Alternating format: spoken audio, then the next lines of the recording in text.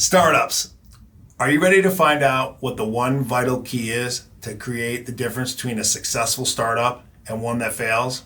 It's cash flow. Cash flow for a startup is so much more critical for almost any other business because most startups are going to have a very tough time getting their first initial revenue, or they're not going to have nearly as much revenue as they do expenses. I'm going to show you why that's the case.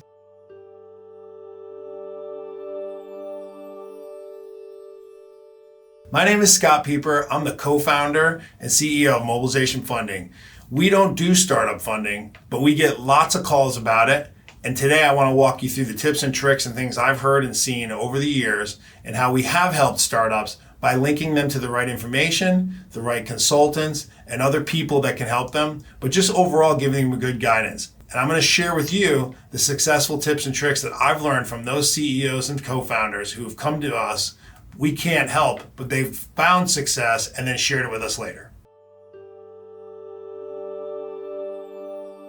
Well, let's talk about cash flow for startups. First, where do you get your money from if you don't have enough revenue when you're starting up, hence the name? So there's a few different ways. I'm going to touch on them briefly here. First is you raise equity. Raising equity means you go to your friends and family, you go to people, you go to private equity groups, you go to funding sources, family offices, basically anyone and everyone you possibly can that's willing to give you money. Now, what are you looking for when you go to raise equity? You're looking to tell them what you're about to do, why you believe in it, why you think it's important, what's in it for them, and why they should set aside some of their hard-earned dollars and invest them in you and your beliefs. I'm going to give you the truth, guys. Your idea in a startup is not what the investor is investing in. The investor is investing in you.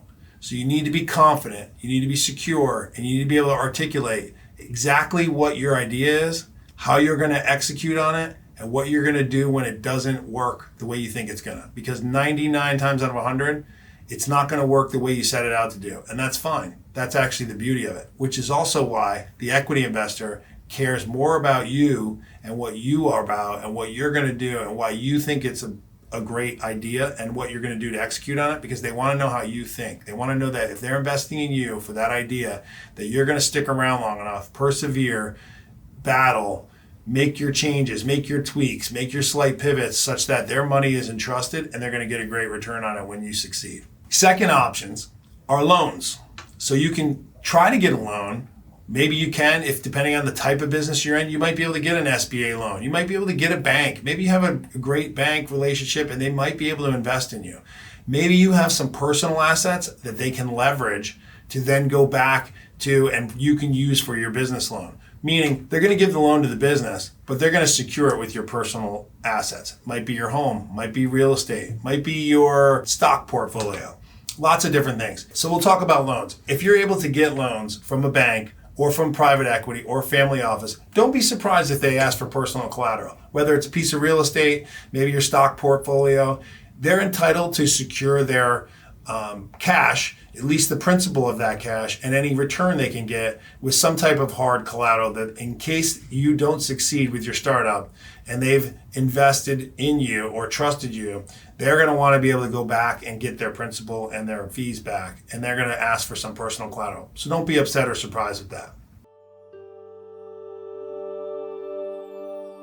So the importance of cash flow for startups, why is that so critical? Well, it's hard. You don't really have a proven business yet. You have a great idea that you need to execute on, but you need to try to make some significant assumptions such that you'll know you're not going to run out of money. You need a team, you need employees, you're probably going to need some type of materials, you might need some IT, software, you might need computers. There's going to be things you need. Bottom line is there's going to be expenses. And there may be even a little bit of money for the employees and yourself that you want to pay. So what's key about that? Well, if you don't know when you're going to start to get revenue and you don't know exactly how fast that's going to come in, you can take advantage of the next most important thing you know, which is your expenses. those are probably going to be, there's going to be some fixed expenses. You want to be really conservative. You want to keep your cost structure as minimal as possible. And that's going to require some pain, especially for the owner. That means you might not get paid. It might mean you get paid way below your means. Just because you've made a certain amount of money prior to you starting your business doesn't mean that's what you're worth inside this business. And investors and people who provide capital to you are going to want to know and see that you're not just trying to make as much money as you can using their dollars at a very inflated cost structure. So think about that and be conservative with what you take yourself, but also be conservative with what your expenses are going to be. So why is cash flow so critical? Well, it has to do with the fact that as you start to spend those dollars, it's called a burn rate. It's going to be how much money are you going to burn on a monthly basis. So what you need to determine is you have to make some guesses on when you might start to see revenue. When are you going to break even? When will there be enough revenue for you to actually collect a same amount that you spend, such that you don't have a burn rate anymore, or as your burn rate's reduced, you're going to start collecting revenue. And then you need to extrapolate that out for at least 6, 7, 12 months so that you can see how much money do you actually have to raise, or how much money do you actually have to have access to so that you can get to certain milestones of your business. Particularly with a startup, you're going to have to make some guesses on how long will it take you to acquire your first customer? How are you going to acquire those customers? And again, this all depends on what types of business you're in. Some are going to be more capital intensive than others. But nonetheless, those are the assumptions you need to make. And cash flow is critical for that. So creating a budget, creating a forecast off that budget, and then making assumptions of your revenue goals and how fast you'll collect that money is going to give you the information and the tools you need for the ability to know how much you want to raise, also to know how much cash you're going to need from all the sources, and as well as what terms you can provide on how you repay that cash, particularly if it's a loan. If it's equity, it could be a different story. Let's talk now about different types of financing tools that you can use once you get your business a little more established. It's still a startup. You still might be under a year, or you're definitely under 2 years. But maybe you have some customers now. You have some revenue coming in. You're not profitable. You still have a pretty significant burn rate, but you do have assets that you can sell or that you can leverage for you to get some money. The biggest asset you're probably going to have is your accounts receivable, the invoicing, the amount of money your customers owe you. There's certain financial tools out there that you can start to leverage against in an alternative financing world, not necessarily a traditional financing world. Like, you can't walk into a bank exactly, depending on what customer it is or what kind of customers you have and the products. Most often, you're not going to be able to do that. You're still too young for the bank in terms of the time you've been in business.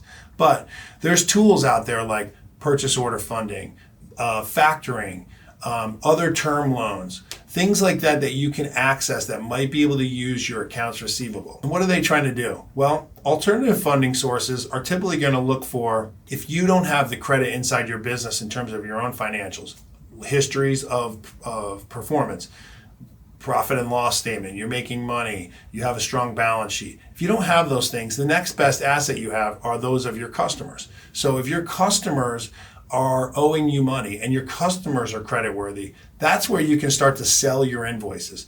That's called factoring, where you sell your invoice, they give you an advance on that money ahead of time, and that'll help lower your burn rate because you can bring financing or you can bring cash into your business faster.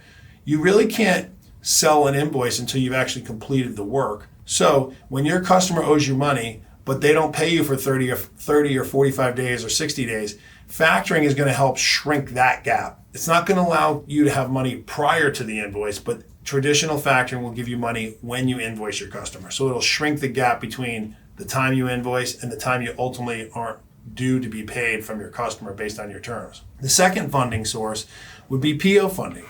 PO funding, in its traditional sense, will help you execute on work prior to your invoice. But what the PO funder is going to look for is what is it that you're actually executing on. Not all PO funding is exactly the same. Matter of fact, if you ask people in the business what PO funding is, and you ask 5 people, you might get 6 or 7 different answers. So you need to check on that and find out. But traditional PO funding is going to look to your supplier as a creditworthy source and your customer as a creditworthy source and your ability to execute the transaction performance on your part. The most simple basic funding source for PO funding would be you have a finished goods product that you're acquiring from somewhere. It's going to be delivered directly to your customer. You may never even touch it. That's a pretty easy PO funding source, assuming both the credit of your supplier and the credit of your customer is pretty high. Okay. Now, other funding for POs would be you have to order 3 or 4 raw materials, and then you actually put labor into those and create a finished good product. And then you need funding to buy those 3 or 4 raw materials. They come into your warehouse or your business. You then do what you do with them. It could be any kind of business. You make it into a finished good or a finished service that you then sell to your customer and invoice them. There's certain types of PO funders that will do that. Mobilization funding happens to be one, not for all businesses, but for many. And there's others out there as well. That's a little bit different hybrid of PO funding. The next phase that you could use would be friends and family, personal loans. Maybe now that you have some performance capabilities, you've shown that you actually can execute work. Maybe now is another time to go back to friends and family, and you're not raising equity or selling ownership in your business. Maybe they will trust enough, they know you enough that you now have some performance behind the business where you can get a personal loan from them. Maybe they'll give you a loan just to help you execute on work. Maybe they'll give you a loan for a year where you can pay them interest only. Leverage your relationships again at that point. Once you have a little more performance behind you, the people that might not want to invest in you from an equity perspective may certainly be comfortable investing in you from a debt perspective once you've shown some performance. Those are the 3 things that I think you can leverage pretty strongly to help you cash flow your startup and help you prevent your burn rate ultimately burning you out. All right, and the last thing that's important is sustaining your cash flow. How do you do that? Well, there's 2 ways. One, you try to get better terms with both your suppliers, the people you need to buy materials from. And second, you try to get better terms from your customer. Look, if you could get your customers to pay you in advance for products that you have not yet delivered, then you know what? You don't need any financing and you don't need to raise equity. But most customers aren't going to do that. They want you to deliver first and then they'll pay you later. But what is key is if maybe a customer of yours pays you in 30 or 45 days, but after a performance history with you and a great track record, you've now proven that not only are you doing what you said you're going to do, but you do it better than everyone else.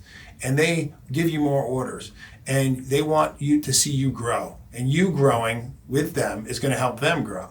Well, that might give you an opportunity to say, hey, look, I'd love to do this extra work and I can deliver on it, but what I really need would be maybe a deposit. Maybe then they'll give you a small deposit up front. Maybe then you could, if they don't do that, you could ask for to be paid in 15 days instead of 30 days. It all depends on your customer. And again, asking these things when you're performing and doing a great job is not as bad as asking for those things up front because you have to have them. Those are things you need to think about and work with your customers. The second thing is maybe your customers on the supplier side, people you buy from, maybe they want you to pay deposits up front because they didn't trust you. You didn't have a good track record yet. You're a startup, okay? No big deal. But now you're not.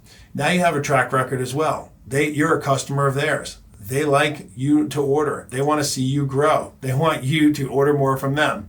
So what does that do for you? Well, it gives you the chance to go back to them and say, hey, look, I have a great opportunity to grow. But you know what? I can only grow so fast if I have to pay you deposits up front. What would really help me is if I could execute on all this extra work. You'd see me my purchases double or even triple or even go up 50%, whatever it would be. You could see these purchases increase. If you were able to give me 30-day terms, I could take on these additional orders, which is also going to increase the amount of purchases I make from you.